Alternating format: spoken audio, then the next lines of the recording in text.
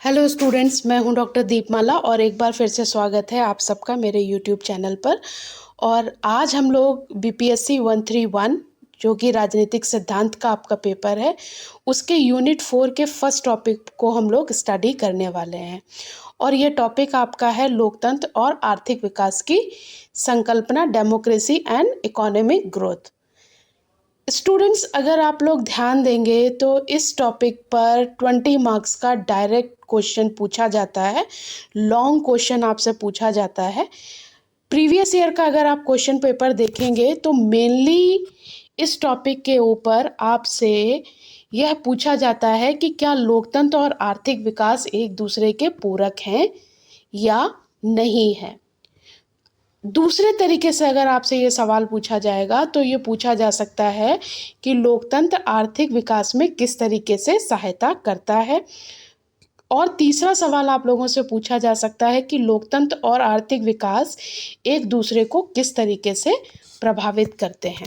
तो आज हम जो बात करेंगे वो इन 3 क्वेश्चंस को ध्यान में रखकर करेंगे। आप लोग इस लेक्चर को पूरा ध्यान से सुनिएगा ताकि आप लोगों के कॉन्सेप्ट क्लियर हो जाएं, डेमोक्रेसी को लेकर, आर्थिक विकास को लेकर और इन दोनों के बीच के जो अंतर संबंध है उसको लेकर। राइट।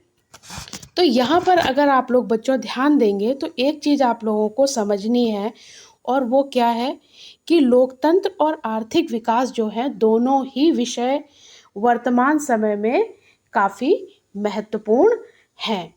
राइट। और इसमें अगर आप देखेंगे तो चाहे कोई विकासशील देश हो या विकसित देश हो, दोनों ही तरीके के देशों के अंदर जो लोकतंत्र है वो सबसे प्रचलित व्यवस्था है।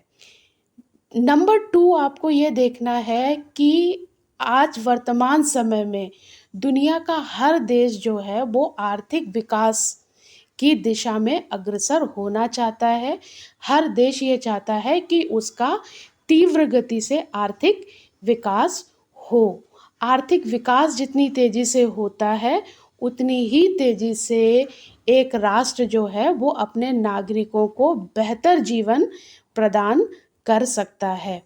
वहीं अगर आप लोकतंत्र को देखेंगे तो लोकतंत्र का अर्थ भी यही है एक तरीके से कि सामान्य जनता के हितों को पूरा करना, उनको एक ऐसा जीवन स्तर प्रदान करना जिससे कि वो एक बेहतर जीवन जी सकें।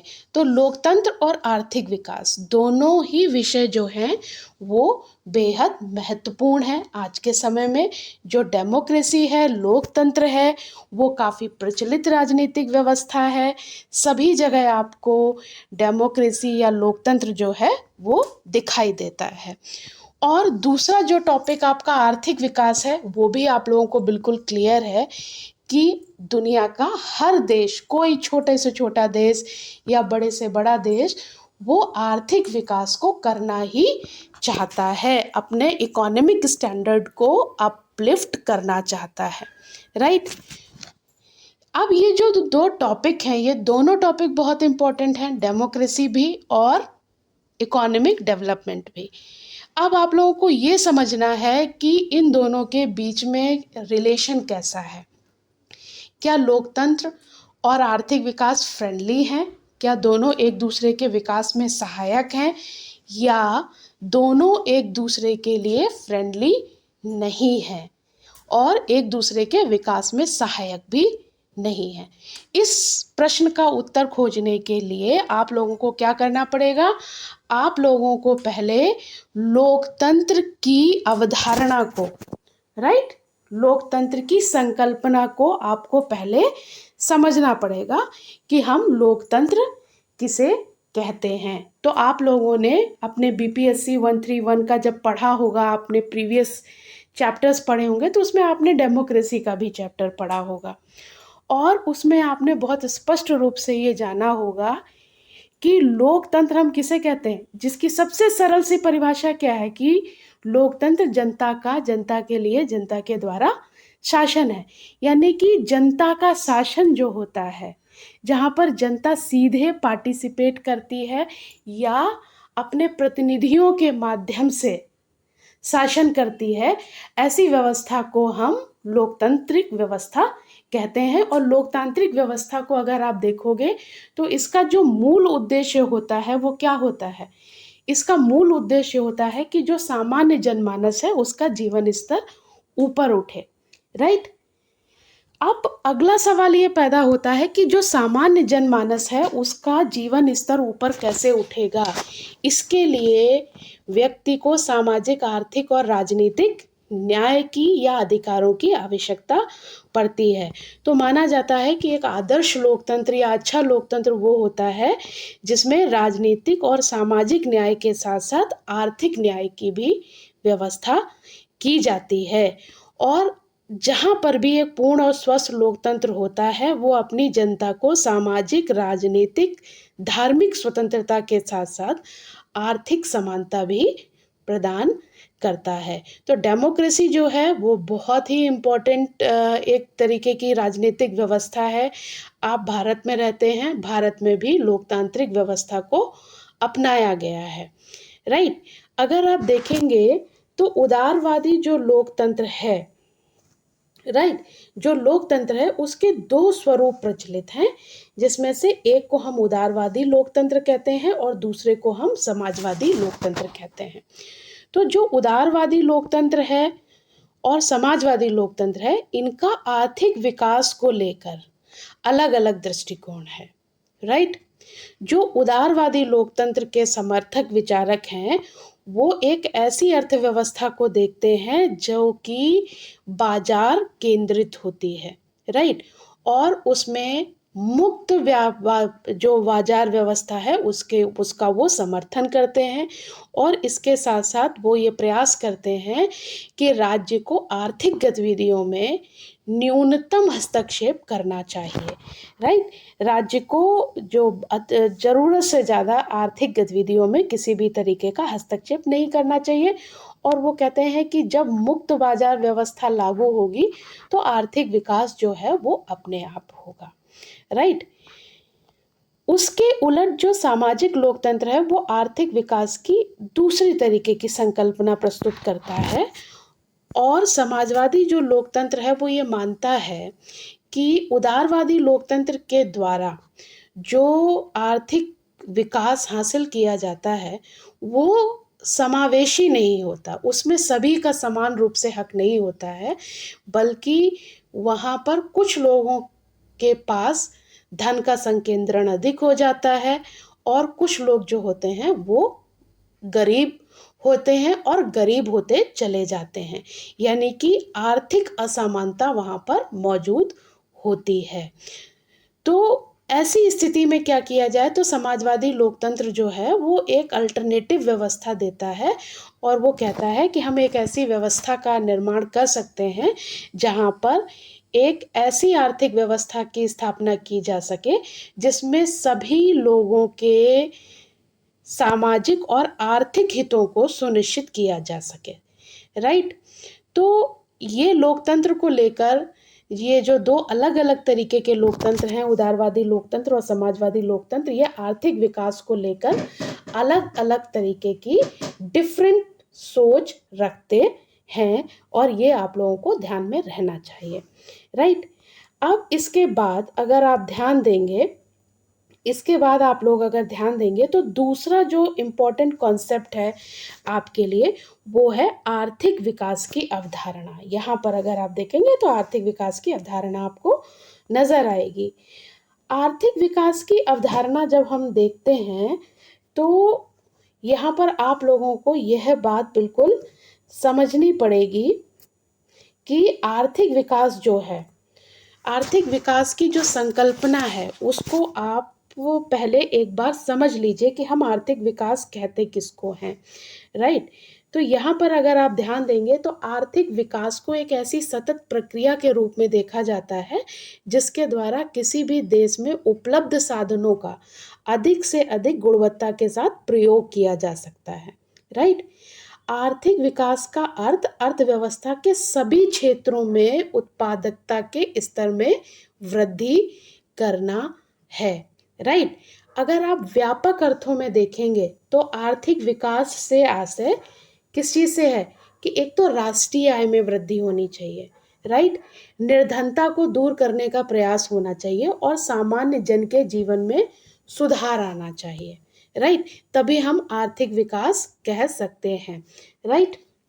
अगर आप देखेंगे तो आर्थिक विकास को लेकर तीन अलग अलग प्रचलित दृष्टिकोण हैं। एक पहला दृष्टिकोण है जो ये कहता है कि आर्थिक विकास से आशय किसी समाज से संबंधित आर्थिक उद्देश्यों को प्राप्त करने की शक्ति में वृद्धि करना है। जो प्रथम दृष्टिकोण है वो क्या कहता है कि अगर किसी भी अर्थव्यवस्था को अगर आप देख रहे हैं, अगर उसकी राष्ट्रीय आय में लगातार वृद्धि हो रही है तो ये माना जाएगा कि आर्थिक विकास हो रहा है। जो दूसरा दृष्टिकोण है वो प्रति व्यक्ति आय पर आधारित है और वो मानता है कि अगर किसी भी देश की प्रति व्यक्ति आय में लंबे समय तक वृद्धि हो रही है तो ये माना जाएगा कि आर्थिक विकास हो रहा है। जो तीसरा दृष्टिकोण है वो आर्थिक कल्याण की दृष्टि से आर्थिक विकास को डिफाइन करता है और वो कहता है कि आर्थिक विकास को आर्थिक कल्याण की दृष्टि से देखा जाना चाहिए। और वो कहते हैं कि समाज में कुछ वर्ग ऐसे भी होते हैं जो आर्थिक रूप से पिछड़े हुए होते हैं, उनके कल्याण की व्यवस्था भी अगर कोई अर्थव्यवस्था कर रही है अपने राष्ट्रीय आय में वृद्धि के साथ, प्रति व्यक्ति आय में वृद्धि के साथ और आर्थिक कल्याण को भी शामिल कर रही है, तब यह माना जाएगा कि राष्ट्रीय आर्थिक विकास जो है वो हो रहा है। तो आर्थिक विकास जो है वो एक हॉलिस्टिक प्रोसेस है। अगर आप देखेंगे तो अगर आर्थिक विकास को आप एक प्रक्रिया मानते हैं तो ये कोई एकांगी प्रक्रिया नहीं है कि राष्ट्रीय आय में वृद्धि हो गई तो आपने मान लिया कि हाँ भाई आर्थिक विकास हो गया या प्रति व्यक्ति आय में वृद्धि हो गई, राइट। आपको राष्ट्रीय आय में भी वृद्धि होनी चाहिए, प्रति व्यक्ति आय में भी वृद्धि होनी चाहिए और लगातार दीर्घ काल तक होनी चाहिए। और इसके साथ साथ अगर समाज में आर्थिक रूप से कोई पिछड़ा वर्ग है तो उसके उत्थान का भी प्रयास होना चाहिए। तो आर्थिक विकास पर जब भी आप लोग सोचें तो आप लोग एक हॉलिस्टिक पॉइंट ऑफ व्यू से सोचिएगा। आर्थिक विकास का मतलब सिर्फ राष्ट्रीय आय में वृद्धि से मत लीजिएगा। तो अब दो संकल्पनाएं आपकी क्लियर हो गई हैं कि हम डेमोक्रेसी किसे कह रहे हैं और डेमोक्रेसी में जो दो अलग अलग तरीके के लोकतंत्र हैं, उदारवादी लोकतंत्र और समाजवादी लोकतंत्र, वो आर्थिक विकास को लेकर किस तरीके की समझ रखते हैं और आर्थिक विकास किसे कहते हैं। अब मूल रूप से हम उस प्रश्न पर विचार करते हैं कि आर्थिक विकास और लोकतंत्र एक दूसरे के पूरक हैं या नहीं है, क्योंकि अब आप दोनों ही कॉन्सेप्ट को ठीक से समझ चुके हैं तो आपको अब नीचे का जो जितना भी पॉइंट्स है ये समझने में मुश्किल नहीं आएगी, राइट। तो सबसे पहली चीज़ हम देखते हैं कि लोकतंत्र, कुछ विचारक ऐसे हैं जो ये मानते हैं कि लोकतंत्र और जो आर्थिक विकास है वो एक दूसरे के पूरक नहीं है। तो इसमें सबसे पहला नाम आता है रॉबर्ट बारो का। उन्होंने काफ़ी रिसर्च किया और इसके बाद उन्होंने अपनी रिसर्च के बाद ये कहा कि आर्थिक विकास के लिए लोकतंत्र अच्छी व्यवस्था नहीं है, इसको आर्थिक विकास की चाबी नहीं माना जा सकता है, राइट। अगर आप देखेंगे तो एक और अन्य विचारक हैं नंबर 2 पर अगर आप देखेंगे तो जज पोस्नर ने क्या कहा कि अगर कोई भी देश गरीब है तो वहाँ के लिए सबसे अच्छी व्यवस्था तानाशाही हो सकती है, लोकतंत्र नहीं हो सकता है। और ऐसा उन्होंने क्यों कहा? उन्होंने कहा कि लोकतंत्र को फलने फूलने के लिए, लोकतांत्रिक संस्थाएं सही तरीके से काम कर सकें, इसके लिए उनको कुछ सांस्कृतिक और संस्थागत कंडीशंस चाहिए होती हैं जो कि गरीब देशों में उपलब्ध नहीं होती हैं, इसलिए वहाँ पर लोकतंत्र संभव नहीं होता है। ध्यान दीजिएगा इस पॉइंट पर। वो ये क्या कहने की कोशिश कर रहे हैं पोस्नर क्लियर कट ये कह रहे हैं कि जो डेमोक्रेसी है वो एक व्यवस्था है और उसको वो व्यवस्था सही तरीके से काम कर सके, इसके लिए नागरिकों का आर्थिक स्तर भी अच्छा होना चाहिए, राइट। और उस देश का जो सांस्कृतिक और संस्थागत संरचना है वो भी अच्छी होनी चाहिए, तभी डेमोक्रेसी जो है वो सही तरीके से काम कर सकती है।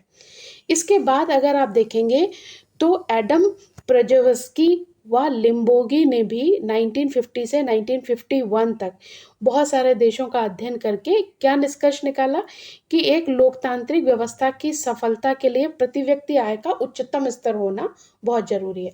वो कहते हैं कि जितनी कम प्रति व्यक्ति आय होगी, लोकतंत्र उतना कम उस देश के अंदर सस्टेन करेगा। वो कहते हैं कि जिन लोकतांत्रिक देशों में प्रति व्यक्ति आय जो है वो $9,000 है या उससे अधिक है, उन देशों में लोकतंत्र जो है वो अधिक स्थायी होता है, अदरवाइज वो वहाँ पर स्थायी नहीं होता है। राइट। सपोज आप ध्यान दीजिए कि जहाँ पर प्रति व्यक्ति आय कम होगी, राइट, जहाँ पर आर्थिक संपन्नता नहीं होगी, वहाँ के जो नागरिक होंगे वो अपने राजनीतिक अधिकारों का भी सही तरीके से उपयोग नहीं कर पाएंगे, क्योंकि जहाँ पर गरीबी होगी, जहाँ पे अशिक्षा होगी, वहाँ पर नागरिकों के वोट को भी बहुत इजीली मैनिपुलेट किया जा सकता है। राइट। इसके बाद अगर आप देखेंगे तो लिप्सेट ने भी अपने अध्ययन में यही स्पष्ट किया कि एक राष्ट्र आर्थिक दृष्टि से जितना बेहतर होगा, वहाँ लोकतांत्रिक व्यवस्था को बनाए रखना उतना ज़्यादा आसान होगा। राइट। तो यहाँ पर अगर आप देखेंगे तो लोकतंत्र की सफलता के लिए आर्थिक विकास को बहुत ज़्यादा ज़रूरी इन्होंने माना है। उन्होंने कहा कि लोकतंत्र जो है वो गरीब जो देश हैं, जो पुअर इकोनॉमिक कंडीशन के लोग हैं, वहाँ पर लोकतांत्रिक सरकारें जो हैं वो सरवाइव नहीं कर सकती हैं। यहाँ पर आप लोग देखेंगे पॉइंट 5 जो है वो बहुत इम्पोर्टेंट है, क्योंकि सिंगापुर के प्रधानमंत्री थे ली कुआन यू। उन्होंने एक हाइपोथेसिस दी, उन्होंने कुछ विचार व्यक्त किए और उन विचारों को हम ली हाइपोथेसिस के नाम से जानते हैं। और उन्होंने अपने इस हाइपोथेसिस में क्या कहा कि मैं ये विश्वास नहीं करता कि लोकतंत्र की वजह से आवश्यक रूप से उन्नति होती। उन्होंने कहा अगर आपको आर्थिक उन्नति चाहिए, इसके लिए लोकतंत्र हो ये बिल्कुल भी जरूरी नहीं है। वो कहते हैं कि देश को विकसित होने के लिए लोकतंत्र से ज़्यादा अनुशासन की ज़रूरत पड़ती है। राइट। इनडायरेक्टली वो ये भी कहना चाहते हैं कि जहाँ पर लोकतंत्र होता है, जनता का शासन होता है, वहाँ अनुशासन की कमी होती है। और वो कहते हैं आर्थिक विकास अगर आपको करना है, उसके लिए आपको अनुशासन की आवश्यकता होती है, ना कि लोकतंत्र की आवश्यकता होती है। उन्होंने अब एक उदाहरण भी यहाँ पे दिया और उन्होंने कहा कि अगर आप लोगों से बात करें और ये पूछें कि आपको राजनीतिक स्वतंत्रता चाहिए या अपनी आर्थिक आवश्यकताओं की पूर्ति करनी है, तो लोग क्या कहेंगे? लोग अपनी आर्थिक जो समस्याएं हैं उनसे पीछा छुड़ाना चाहेंगे। राइट। इसलिए वो कहते हैं कि जो आर्थिक विकास है वो बहुत ज़रूरी है, लेकिन इसके लिए लोकतंत्र का होना बिल्कुल भी ज़रूरी नहीं है। राइट। यहीं पर अगर आप ध्यान देंगे बच्चों, तो लोकतंत्र और आर्थिक विकास को कुछ विचारक एक दूसरे का पूरक भी मानते हैं। राइट। और सामान्य तौर पर ये माना जाता है, इसका पहला पॉइंट है कि जो एब्सोल्यूट टाइप के शासन होते हैं या जिसे सत्ताधारी शासन कहते हैं, उनकी तुलना में लोकतंत्र आर्थिक विकास और संस्कृति की प्रगति में ज़्यादा सहायता करता है। और लोकतांत्रिक शासन के लाभों को अगर आप देखें, जैसे जो भी लोकतांत्रिक व्यवस्था में जो भी इकोनॉमिक प्रोग्रेस होती है, उसका जो वितरण होता है वो काफ़ी प्रभावी तरीके से होता है और वो सामान्य जनमानस तक पहुंच पाता है। यहाँ पर अगर आप ध्यान देंगे तो नोबेल पुरस्कार विजेता जो अमर्त्य सेन जी हैं, बहुत प्रसिद्ध अर्थशास्त्री हैं, उन्होंने क्या तर्क दिया? उन्होंने कहा कि आर्थिक विकास के लिए लोकतंत्र क्या है? एक पूर्व शर्त है, प्री कंडीशन है। और उन्होंने स्पष्ट कैसे किया? उन्होंने कहा कि तीव्र आर्थिक विकास अगर आप उत्पन्न करने के लिए अनुकूल आर्थिक वातावरण चाहिए, ना कि कठोर राजनीतिक व्यवस्था। राइट। उन्होंने जो ली हाइपोथेसिस है उससे बिल्कुल अलग हटके बात कही। उन्होंने कहा कि आपको कठोर अनुशासन वाली ऐसी व्यवस्था की ज़रूरत नहीं है जिसमें नागरिक डर सहम के रहें। राइट। और आप आर्थिक विकास तो बहुत ज़्यादा पैदा कर दें, लेकिन जो नागरिक हैं उनकी स्वतंत्रताओं को आप सीमित कर दें। वो कहते हैं कि अगर आपको तीव्र आर्थिक विकास करना है, बहुत तेज़ी से आर्थिक विकास करना है, तो आपको उसके लिए इन्वायरमेंट क्रिएट करना पड़ेगा। सपोज़ इसको एक उदाहरण से समझिए। आप अगर कोई भी सीड प्लांट करते हैं, कोई भी बीज प्लांट करते हैं, राइट, उस प्लांट को अगर आप उचित इन्वायरमेंट नहीं देंगे, राइट, तो वो कभी भी पेड़ में रूपांतरित नहीं होगा। राइट। उसी तरीके से अगर आप आर्थिक विकास करना चाहते हैं और आर्थिक विकास को जो इन्वायरमेंट दिया जाना चाहिए वो आप नहीं देते हैं, तो क्या होगा? इसके भयंकर परिणाम निकल कर क्या आएगा कि आर्थिक विकास नहीं होगा। उसके लिए कठोर राजनीतिक व्यवस्था की या आपको अपने देश में तानाशाही को लागू करने की ज़रूरत नहीं है। राइट। आप एक उदाहरण देख लीजिए, जैसे चाइना है। चाइना के अंदर अगर आप देखेंगे तो वहाँ पर राजनीतिक अधिकारों को कम महत्व दिया जाता है, जो आर्थिक अधिकार हैं उनको ज़्यादा महत्व दिया जाता है। तो चाइना जो भले ही भारत की तुलना में बड़ी इकोनॉमी हो, लेकिन जितनी राजनीतिक स्वतंत्रता जो है वो भारत में मिली हुई है, उतनी वहाँ पर आपको नहीं मिली है। तो तीसरा पॉइंट क्या है कि तानाशाही व्यवस्था क्या करती है? अपने नागरिकों को स्वतंत्रता प्रदान नहीं करती, और इसीलिए उन्नति और आर्थिक विकास जैसे जो व्यापक मुद्दे हैं उस पर उनकी समझ भी नहीं बन पाती।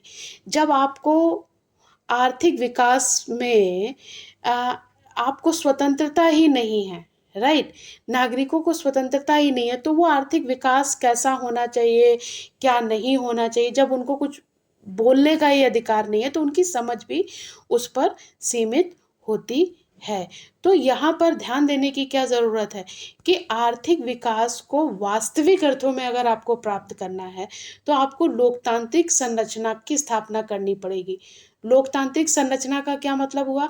आपको ऐसी संस्थाएं बनानी पड़ेंगी, ऐसा माहौल बनाना पड़ेगा जहाँ पर आम नागरिक खुलकर अपनी राय को व्यक्त कर सके।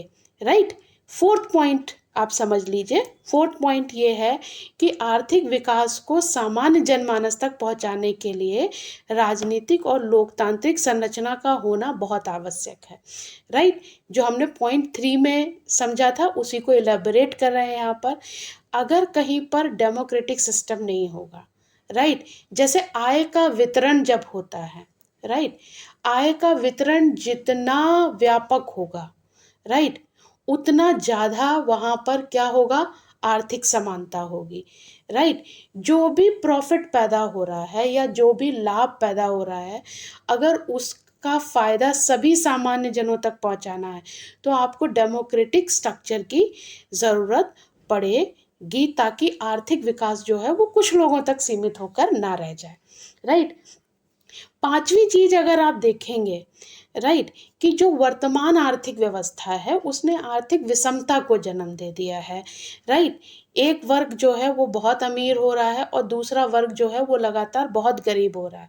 राइट। उनकी जो बेसिक नीड्स हैं वो भी पूरी नहीं हो पा रही हैं। ऐसे में हमको लोकतांत्रिक संरचनाओं की बहुत ज़्यादा ज़रूरत है, क्योंकि शिक्षा हो गई, स्वास्थ्य हो गई, आवास हो गई, पानी हो गया, इसकी ज़रूरत तो लगभग हर किसी को पड़ती है।